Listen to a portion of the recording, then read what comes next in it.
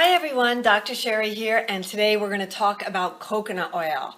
Now, I've been using coconut oil for a very, very long time, but now that it's become popular, it's really been easy to find. But I find that a lot of people have asked about, well, which one am I supposed to buy? You know, it was almost as confusing as the virgin and the extra virgin and, olive oils way back when. So I'm hoping to clear up some of the confusion today. So when I did my research as far as what different kinds, because I have my mindset on what I use and why, I did find a couple that I've never heard of. So there's virgin and extra virgin. There is organic. There's expeller pressed. There's refined. Now refined is what's also considered RBD. Which is refined, bleached, and deodorized. And we're going to talk about that in a minute. There's also hydrogenated, and there's also a coconut oil that you can buy that's liquid and it stays in a liquid form because of its processing. So we're going to start with a little bit of background. So what the manufacturer will purchase is something called copra. So copra is basically the material that's inside the coconut, and it goes through a drying process. Now the drying process means it could be smoked, it could be sun-dried, it could be kiln-dried, however they process it to dry it. Once this copra is dried, then they sell it to the manufacturer, and then the manufacturer processes it so that the consumer, us, so that we can buy it. So once the manufacturer purchases the copra, there's different processes that can happen. So the first one we're going to talk about is the RBD. Again, that's refined, bleached, and deodorized.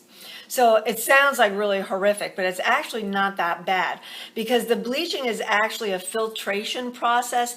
It's done with clay, and it filters all of the impurities out of the copra.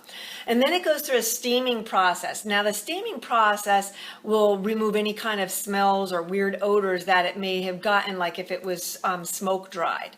Or kiln dried, sometimes it'll get some kind of an odor.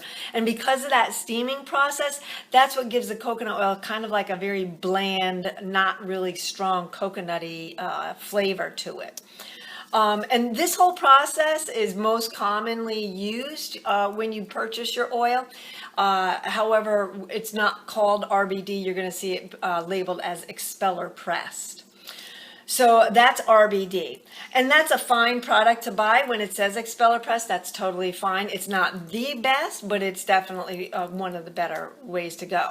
Now, of course, there's the hydrogenated kind. Now, the hydrogenated coconut oil is when they take a portion of the oil that's processed and it creates trans fats. So the great part about that is that the coconut oil stays very solid, almost like a Crisco oil kind of solid, but it's really not that healthy for you.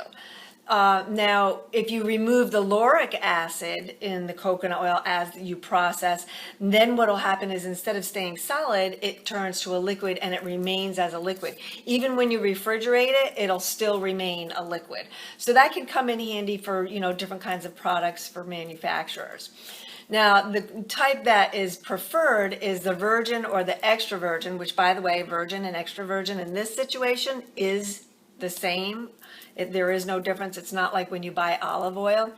But the difference between the virgin or extra virgin is that they don't start with copra. They actually start with the fresh coconut and they process it that way. It is not done through an RBD. So actually, if you have a choice, the virgin or the extra virgin is really the better route to go, because that's made from the purest and the actual coconut itself rather than the copra that goes through the drying process and then the RBD.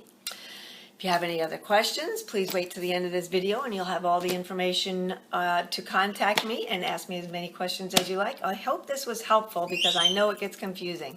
And have a fantastic day.